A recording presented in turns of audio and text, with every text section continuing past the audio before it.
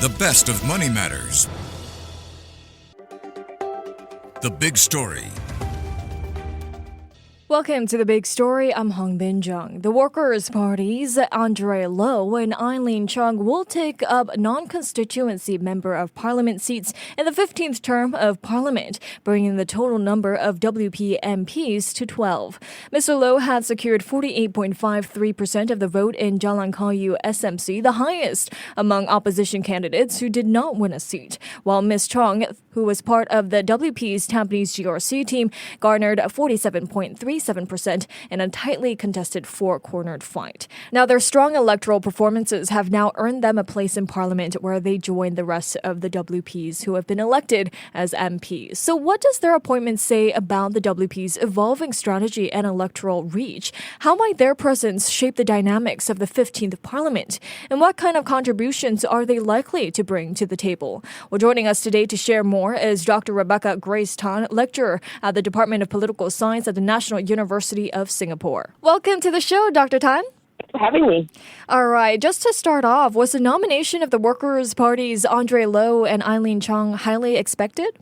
I think so. Andre Low's nomination is a given that he was the runner-up, really, the closest race in Jalan-Kayu SMC, so his was basically unexpected. Eileen Chong, because we had to choose, Tampines GRC is basically the next one in line, and you had to choose one from the team. So Faisal Manap had already said that he would not be take up the NCMP position, so it was basically a choice between her and the two other teammates. So, I mean, one in three chance, right? So, yeah, but I think Eileen Chong was really seen as a toss-up between her and Michael Tsang at the end of the day. And so, yeah, I mean, it's not too much of a surprise because, it's seen as largely a decision between those two candidates. Right. I mean, you mentioned that Eileen Chong had, 1/3 of a chance here. So what factors do you think led to the appointment of Eileen Chong as an NCMP?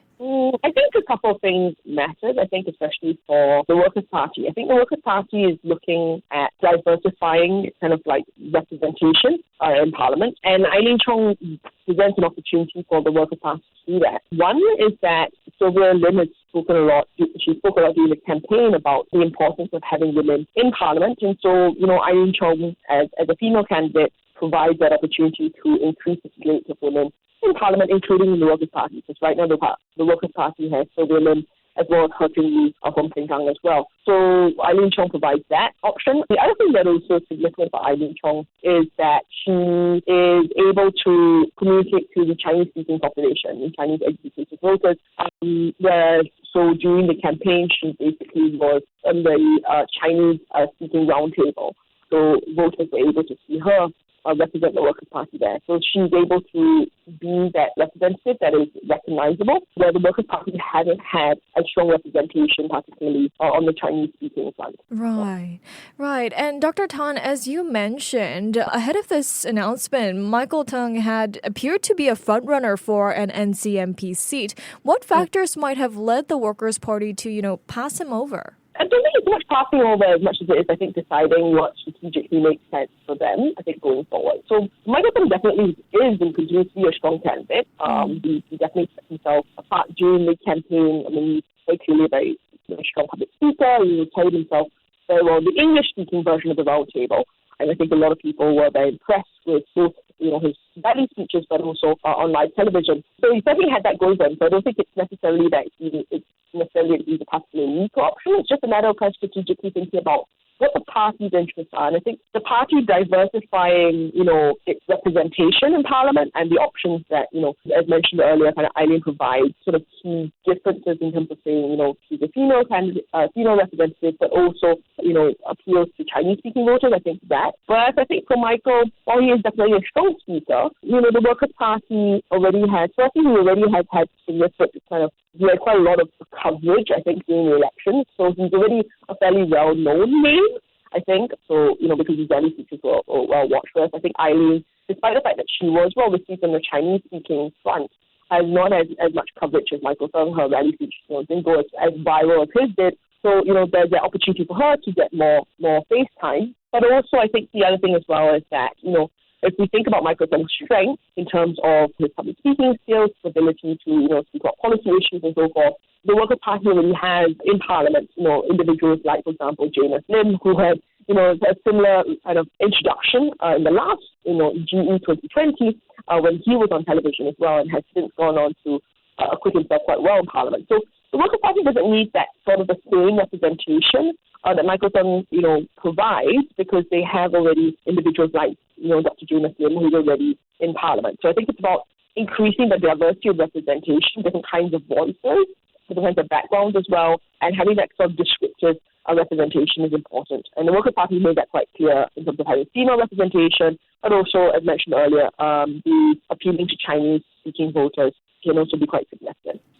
Okay. So how do you think the general public is likely to perceive Andre Low and Eileen Chong's appointments as NCMPs? I think it's seen as a fairly routine practice. I think everybody's now used to having, NCMPs in Parliament, and it's kind of almost expected that, the Workers' Party is going to send more candidates in, rather than relinquish that position or those seats to another party. So I think it's almost kind of expected. Andre Low and Eileen Chong were relatively well received. There are also younger candidates as well, so I think there's that going for them as well. So, there'll probably be excitement over the fact that, they are, I think 33 and 34.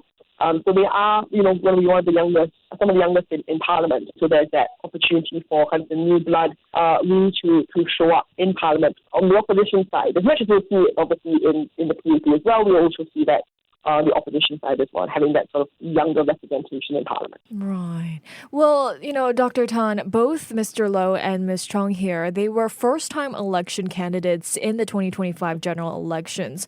So what are the key challenges Mr. Low and Ms. Chong might encounter stepping into the NCMP role? I think it's always a challenge, I think, for any MP, insofar as they have to juggle, the obligations of, parliamentary sittings and so forth. There's quite a lot of work if you do want to actively participate in Parliament while juggling, say, a full-time job, right? And so I think that there's always that adjustment between, trying to basically take on additional responsibilities in that front if they want to, be active in Parliament, because I think, I'm sure they probably will, based upon, their showings already, but also upon their colleagues, the other colleagues in the Workers' Party. They've seen how active the Workers' Party has been in Parliament, and I suspect you will see this also continue with the NCMPs as well.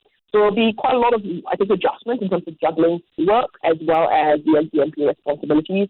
I mean, Andre Low, I think, is a relatively new father, I think, if I remember correctly. And so, you have all these various responsibilities. I think that might be one of the biggest challenges. But I'm sure the party will support them in that, given the adequate support. But yes, so I think there's that. It's probably going to be one of the big challenges, is the sheer jump in terms of expectations and the amount of work. Have there been any qualities or performances that stood out to you during the campaign that suggest that they are prepared to take on this national role? I think both have obviously demonstrated their ability to engage and to challenge public policy. So we saw, for example, Andre Low come out and talk a lot about the Income Alliance deal, right? That was the big kind of clash when it came to the Jalan Kayu SMC debate, and the question, of course, of the role of government decision-making in that, right? It just obviously demonstrated, and both of them have demonstrated, an ability to think particularly about policy issues, to raise incisive questions, and I think that's a really important role. That's one of the main goals of the NCMP, which is to add more voices. And so they've demonstrated that they are unafraid, but also able, importantly, they're able to raise those questions in a way that help Singaporeans know more about the issues that are being debated. Right. Overall, given that NCMPs do not, carry a direct electoral mandate here, what will it take for them to, so-called punch above their weight in Parliament, especially through the eyes of voters? I think they don't have a direct electoral mandate. I mean, they do insofar as they, did have a significant proportion of the vote, right? So, one might see it that, you still have, 48%, 49% of the vote, right? And so they still have a significant proportion of voters within their constituency behind them. What is important, I think, for them to punch beyond their weight is really to provide that voice, right? So the NCMP scheme was set up as a way of ensuring the government is kept in check by having opposition voices, right? By ensuring that there will always be, a total of 12 opposition voices, including obviously elected opposition MPs, so a minimum of 12 opposition voices. And so they're there to provide that diversity of views. And so the expectation will therefore be that, of course, that they will be, active participants in Parliament, right? They will not be kind of the backbenchers. So unlike the PAP backbenchers who do not necessarily have the same expectations of, being as active in Parliament, because, there's a much larger proportion of, PAPs, right? So they don't need, so if you're a backbencher, you don't necessarily have to always speak up. I think for NCMPs, because their goal is specifically to create more diversity in point of view, but also because they are, 2 of 12, right, voices out of, over 90 seats, right? And so they have an additional or greater burden in that way to speak more, to participate more actively than you might have, say, from the average, PAP MPs, especially backbenchers. Well, on that note, what do you expect Andre Low and Eileen Chong to bring to the table in Parliament in terms of, perspective, policy focus, or political style? Well, I think one of the things, I think Andre Low generally has just shown that, any policy issues, particularly to do with things like finance and so forth, is something that he is willing and able to talk about. Eileen Low, I think especially, Eileen Chong, is for her background from MFA means that she'll be able to speak more about foreign policy issues that, previously the Workers' Party has been less able to speak this freely on, or maybe because their representatives haven't had that sort of expertise. So her background, I think, in foreign affairs just seemed to set her apart. And so on issues such as, the Workers' Party during the elections talks about, for example, the Israel-Gaza issues, whether or not she will speak about this or this will be a debate is obviously yet to be seen, but one could imagine that on foreign policy issues and foreign policy debates, she might be called on to, share her, to debate those topics by the Workers' Party. Well, Dr. Tan, this now bumps up the Workers' Party's presence in Parliament from 10 to 12 seats.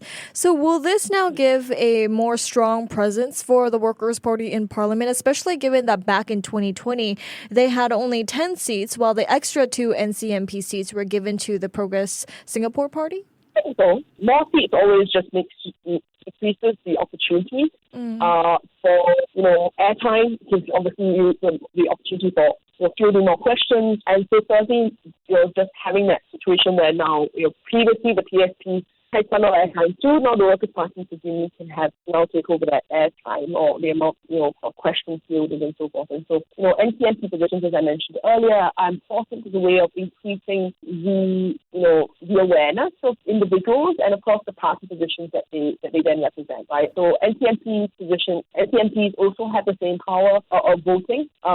We've had those changes to the NCMP scheme. So, they have weight when it comes to casting their vote. And so in that sense, the Workers' Party's vote share has now gone up from 10, voting numbers have now gone up from 10 to 12, whereas previously they had the PSP at 2, and so, the Workers' Party uses 2 extra votes as well.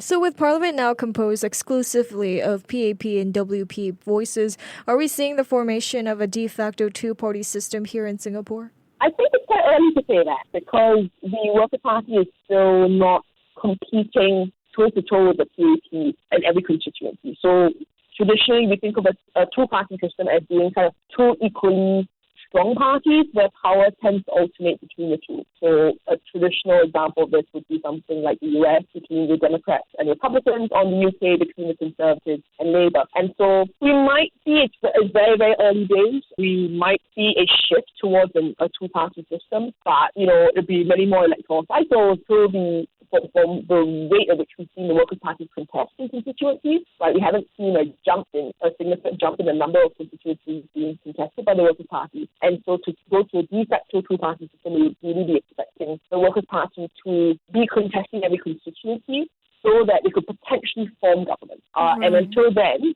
we really will be saying, it'd be closer to like a 1.5-party system, 1.5-party system as opposed to a 2-party system. But in the meantime, how might this new two-party composition kind of shape the tone and content of parliamentary debates over the next 5 years? I think we will see a much greater framing of it being the Workers' Party versus the PAP, as opposed to the PAP versus the opposition, right? Assuming the opposition was even sort of homogenous to begin with, right? So where in the previous parliamentary composition, the PSP would sometimes deferred from the Workers' Party on different policy issues. So this produces, therefore, a more binary framing, I think, of debate, especially when it comes to sort of partisan positions. So, the Workers' Party holds a position, you'll see them all vote on a certain issue. It might say, let's say, for example, they disagree with the policy issue, they might all abstain, and they might all vote against the policy issue. So you'll just see that much clearer divide between an opposition in that sense, because now the opposition is quite clearly one party. So I think we will probably see a more partisan framing of policy issues, especially when there's much stronger disagreement. Well, now that we have the appointments of the NCMP seats, another thing left on the agenda is the cabinet reshuffle. So Prime Minister Lawrence Wong is expected to bring in new political office holders and reassign key ministers as he forms his first cabinet following the PAP's strong election showing. So we've got to ask you, Dr. Tan, I mean, some analysts are expecting a major cabinet reshuffle. What are you expecting? I think for now, I suspect what we will probably see is we will see not a huge change in terms of, remaining. So we already have gaps. So that's one thing. We will see gaps filled, and so we will see promotion up into cabinet, that's for sure, because of, the retirement of individuals like, for example, Dr. Eng Heng and so forth.